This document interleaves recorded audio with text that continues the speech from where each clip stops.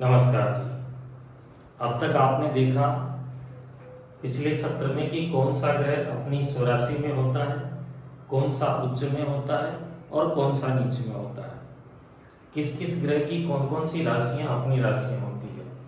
आज हम देखेंगे कि हमारे शरीर का कौन सा पार्ट इस कुंडली में कहाँ कहाँ देखा जाता है, क्योंकि सबसे पहले हम केवल शरीर की ही संरचना लेते हैं।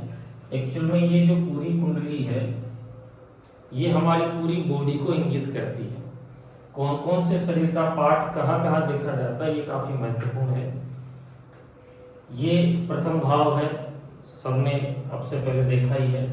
इसको लग्न भी कहते हैं और इसका नाम तन भाव भी है। तन भाव मीन्स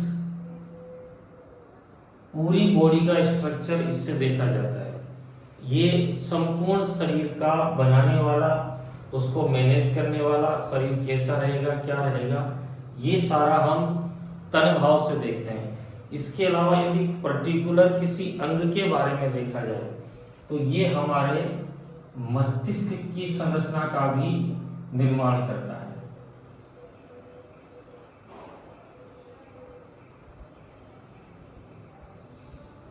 मस्तिष्क की बनावट कैसी होगी और बाकी सब कुछ कैसा होगा, ये हमारा प्रथम भाव जो लग्न है इस पे डिपेंड करता है।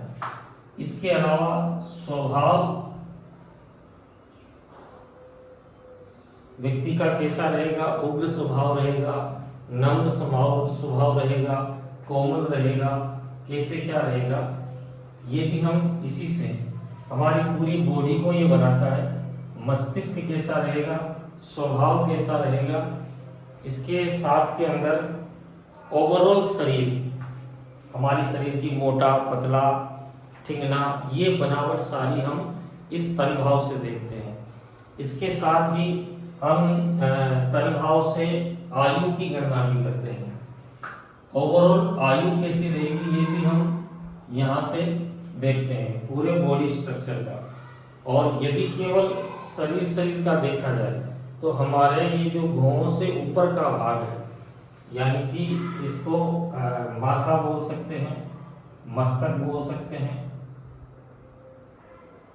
ये यहाँ से ऊपर का पार्ट जितना भी है ये सब इस लग्न पे डिपेंड करता है। ये ब्रेन जो है, ये ब्रेन का मालिक भी यही है। ब्रेन कैसा होगा ये भी सब इसी से देखते हैं। तो हालांकि संपूर्ण शरीर का भी प्रतिनिधित्व करता है, लेकिन फिर भी अलग अलग समझेंगे तो जल्दी समझ में आएगा। तो बॉडी स्ट्रक्चर में केवल ये यहाँ से ऊपर का हिस्सा, ये पूरा कंट्रोल लग्न से होता है। अब इससे नेक्स्ट ये देखा जाए तो ये है हमारा सेकेंड हाउस। यहाँ से हम नेत्र देखते हैं। नेत्र में भी दाहिना भाग का जो नेत्र रहता है वो हम इससे देखते हैं। और इसके बाद में जिह्वा का भाग इससे देखा जाता है, वाणी इससे देखी जाती है। ये सेकंड हाउस बहुत इंपॉर्टेंट है। और यहाँ से नीचे का हिस्सा, ये भौहों से नीचे का ऊपरी जबड़े तक के बीच में जो भी हिस्सा आता है वो हम सब सेकंड हाउस से देखते हैं। इसमें ऊपरी जबड़ा भी आ जाता है। ये सारा हिस्सा इसका देखा जाता है। अब तीसरा भाव जो है ये वाला, इसमें हम ऊपरी जबड़े से नीचे का हिस्सा, जिसमें गले का यहाँ तक का हिस्सा, तो गला यहाँ से देख लिया, गला देख लिया। इसके बाद में दांत का हिस्सा इसमें देख लिया। ये पर्टिकुलर में अलग अलग इसलिए बता रहा हूँ, केवल हम शरीर को लेकर चल रहे हैं ताकि आपको जल्दी समझ में आ जाए। ये हमारा पूरा शरीर है, ये यहाँ से ऊपर से शुरू होके यहाँ नीचे तक आ रहा है। तो इस प्रकार से हम ये सब कैलकुलेशन करते हैं। अब चौथा हिस्सा, चौथा भाग जो है ये छाती का ऊपरी भाग।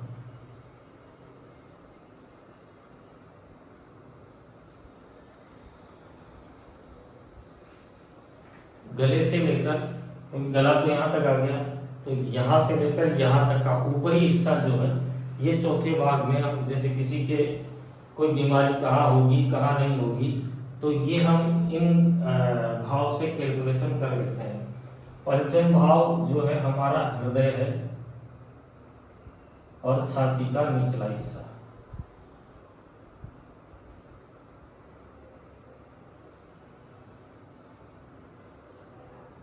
ये हिस्सा हम यहां से देखते हैं। स्त्रियों में गर्भाशय की भी गणना इसी से की जाती है। हृदय हो गया, छाती का निचला हिस्सा हो गया, और स्त्रियों में गर्भाशय की गणना भी इसी से की जाती है। इसके अलावा अगर छठे भाव से देखते हैं तो ये हमारे पेट का ऊपरी भाग है।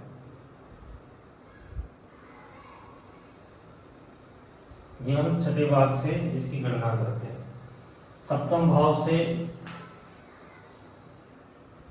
जननांग देखा जाता है। ये हम धीरे धीरे धीरे धीरे करके आप ये देखिए, प्रथम भाव से पूरे मानव आकृति में जितने भी अंश आते हैं उन सबका हम यहीं से कैलकुलेशन करते हैं। अब पेट का निचला हिस्सा हम अष्टम भाव से देखते हैं।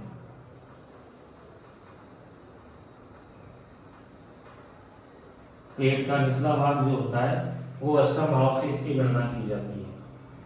इसके अलावा गुदा और अंडकोश, ये भी हम अष्टम भाव से गणना करते हैं। नवम भाव से जंघा, यहां से नीचे का भाग जो है जंघा का, और जंघा के अलावा घुटनों से ऊपरी जो टांगे हैं, घुटने नहीं है, घुटनों से ऊपरी, ये नवम भाव से ये देखा जाता है। दसम भाव से घुटने,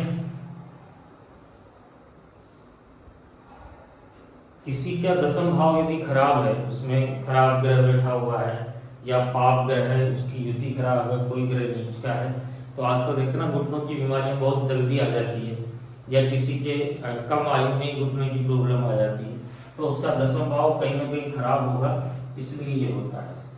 11वें भाव से घुटने के नीचे पिंडली वाला भाग, पैरों से ऊपर घुटनों से नीचे पिंडली, और द्वादश भाव से पैर देखा जाता है। अब ये मैं आपको इसलिए बता रहा हूं कि पर्टिकुलर क्या होता है, शरीर के किस हिस्से में क्या बीमारी होती है, उसकी गणना इन सब चीजों से की जाती है। हमें ये पता होना चाहिए कि कौन से हिस्से से क्या हम लोग कैलकुलेशन कर रहे हैं, तो ये जानना हमारे लिए बहुत जरूरी है। उसी भाग में दिक्कत होगी जिस भाग का ग्रह खराब होगा या उसका हाउस खराब होगा, तो ये हमारे शरीर का है। और केवल सिर्फ चेहरे की बात करें, ये आप नोट करके रख लें अपने पास में,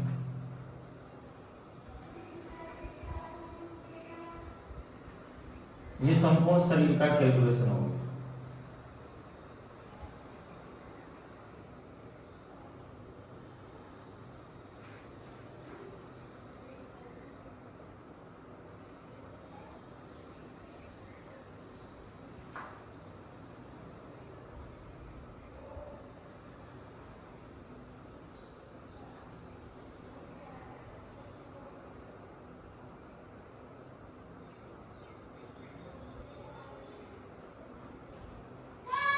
अब केवल आप ये देखें कि ये कुंडली केवल हमारा चेहरा है, तो इसमें संपूर्ण चेहरे की आकृति प्रकृति आपने किसी ने नोटिस भी किया होगा।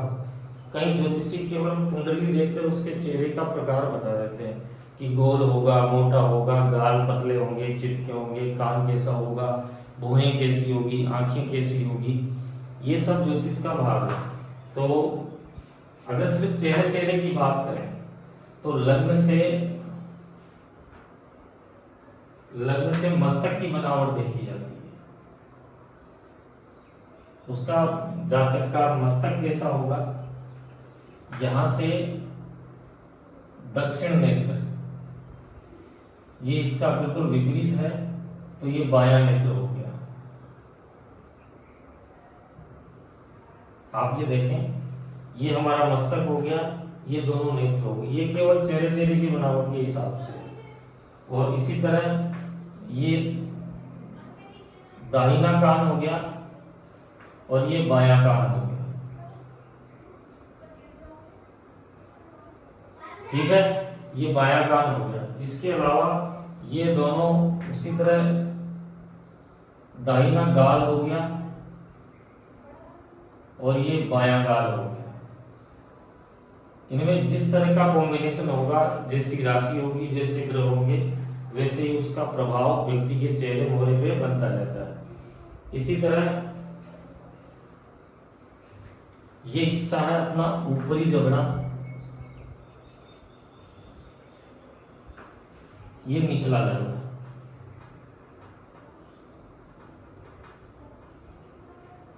ये हमारे, और ये हो गई हमारी ठुड्डी।